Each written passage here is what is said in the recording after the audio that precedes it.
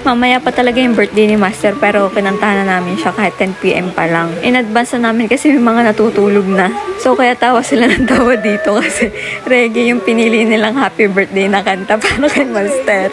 Partida, may songers na, may dancers pa.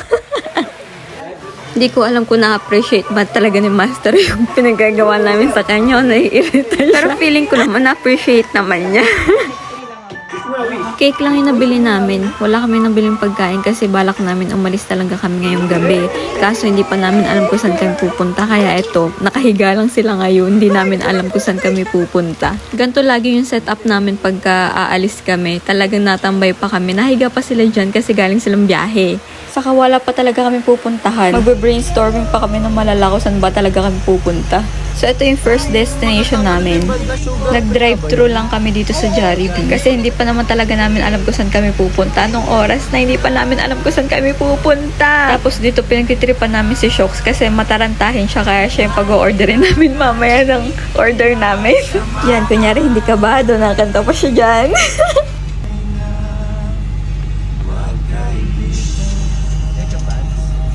So, dito nagre-ready na kami kung anong mga orderin namin. Tingnan nyo kung ano sasabihin ni Shox.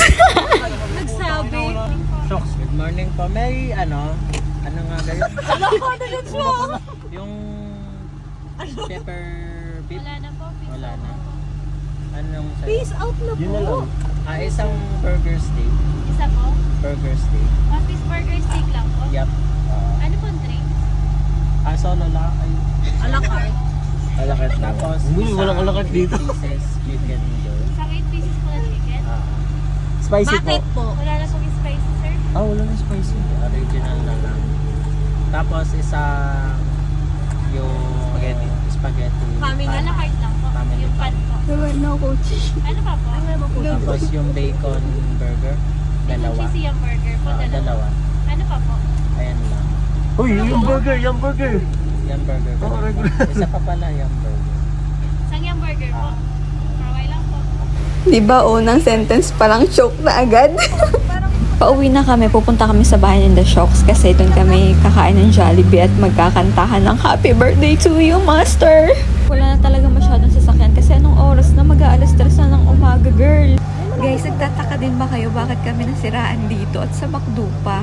Di ba pauwi na kami kanina? So, nag-crave kami ng fries sa McDo kaya ito bumalik kami ng McDo para bumili ng fries. Kaso nasiraan kami na flat yung gulong ng kotse. Kaya kung makikita nyo dito, bumaba kami lahat dito kasi papagawa namin yung gulong ng kotse. Bali si Jeric lang talaga yung magpapagawa dito ng kotse. Kasi sobrang flat na nung gulong. Baka hindi na kayanin pag may sumama pa sa amin. So ang ending, ito mag-walk through kami imbes na drive-thru. Ang lala kasi ng mga cravings na doon na sa Jollibee pero lumipat pa ng McDo para sa fries. Ito na nga anong oras na nandito kami sa McDo at nagda-drive-thru ng lakad.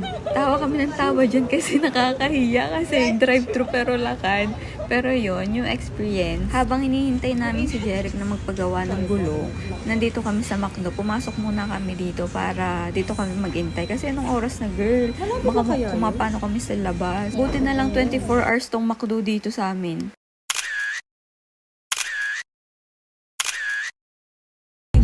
So ito legit na nandito na kami kanda shows. Kanta-kantahan pa yung mga yan. Akala mo talaga hindi na stress.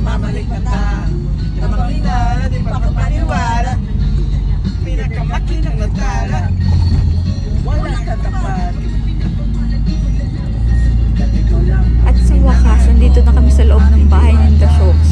Almost 3 AM na din pala to. Nagpe-prepare lang uli kami dyan para kantahan uli namin si Master. Kung mapapansin nyo guys, kasama na naman namin yung cake. Nakadalawang bahay na yung cake. Ang hirap naman magtago. Happy birthday to you. Happy birthday to you. Happy birthday, happy birthday, happy birthday to you. At sa wakas guys, ito nakain na kami. Sabi mga person na kung alas 3 ng umaga. At take note, wala pa kami pupuntahan ng mga oras na yun. Basta ang amin, kakain na kami. Habang nakain kami, ito nanonood kami ng horror movie. Pansin nyo din ba guys, tuwing kakain kami, kailangan namin manood ng horror movie. Siguro normal na sa amin yun kasi talaga kailangan namin ng may mapapanood. Pero alam niyo ba tong mga boys namin? Sobrang matatakotin talaga tong mga to. As in, tatahimik na lang yung mga yan. After namin kumain dito, syempre natulog na kami kasi nung oras na kailangan pa namin maagang gumising bukas. So, mga 1 PM na nito at papunta na kami dito sa Villa Silvia. Sa Kalawan nga pala to, guys. At hot spring dito. Kaso, kailangan pa namin umakyat ng bundok ng Berry Light. Kasama na nga pala namin dito si Burns. Attitude na nga yan eh. Kasi ang tagal namin siya pinag-intay sa bayan. Sinundo lang siya ni Kep sa bayan para makapunta kanda Shocks. Kasi hindi pa siya nakapunta kanda Shocks. So, ito yung way papunta sa Villa Silvia. As you can see, guys, sobrang delikado, diba? Kasi walang mga bakod. Guys, kung makikita nyo lang, pag nadulas ka dyan, bangin na yan. At sa wakas, ito, nandito na kami sa entrance. After 10 minutes ata na paglalakad, nandito na kami. And syempre, thank you Lord kasi walang na-disgrasya sa amin at safe kami nakarating dito. Syempre, mawawala ba yung mga pakyut dyan? Syempre, hindi. At dahil sobrang gutom na din kami, ito kumain lang kami, hindi na din kami nakapag-video dyan. As in, kahit isang video, wala pala talaga.